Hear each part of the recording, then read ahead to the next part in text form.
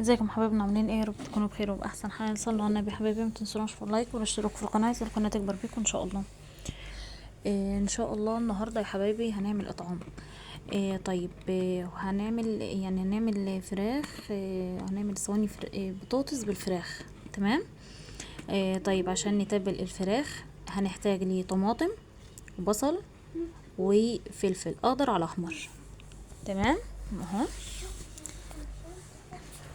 عايزين تحطوا فيها سبايسي حطوا، بس انا ما اعرفش الناس اللي هتاكل بالهنا والشفا، يعني كل اللي كان ليه نصيب في حاجه واكلها. ما اعرفش اذا كانت بتحب الحاجه حراقه ولا لا، فتحسبا ما رضيتش احط فلفل حراق. لكن لو في البيت هتستخدموه، في عندكم بياكلوا حاجه حراقه حطوا فلفل سبايسي. ادي شكل الخضار بتاعنا بعد ما ضربناه في الكبه. هنبهر الخضار بتاعنا بالملح، فلفل اسود، 7 بهارات بس. 7 بهارات طبعا بتغنيني عن بهارات كتير بنحطها في تتبيلات الفراخ او اي حاجة بنستخدمها. اهو. هنقلب البهارات في الخضار بتاعنا عشان كل حاجة تاخد من الطعم بتاعها. اديهم تقليبة كويسة.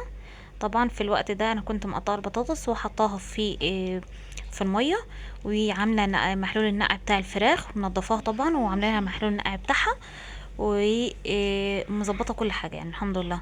طيب، هجيب الصينيه بتاعتنا وهنحط الفراخ كده، هنرص الفراخ فيها، وهناخد شويه من التتبيله اللي احنا بتاعت الفراخ اللي احنا عملناها، طبعا عشان البطاطس تاخد من طعم التتبيله.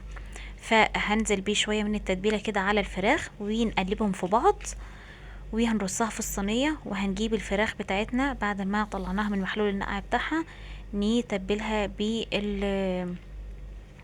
التتبيله بتاعتنا ونرصها على البطاطس اهو. نرص كل الفراخ بتاعتنا، ويفضل لو هتعملي فراخ يعني فرخه كامله حطي الصدور وحدها والوراك وحدها. يعني دي في صينيه ودي في صينيه، طبعا عشان الصدور بتاخد وقت اكتر من الوراك في السوا. لا، هتجيبي وراك طبعا عادي. فاهمين؟ يعني لو هنعمل الفرخه كامله نحط الصينيه نحط فيها الصدور، والصينيه هنحط فيها الوراك اهو زي ما احنا شايفين كده. طبعا هنغطيهم بفويل وندخلهم الفرن. في الوقت ده انا طبعا كنت عامله البطاطس ماسكه نفسها شويه، يعني مش هنعملها لا هي تخينه قوي ولا رفيعه قوي، عشان طبعا الفراخ لسه هتستوي معانا لان انا حطاها نيه مش مستويه.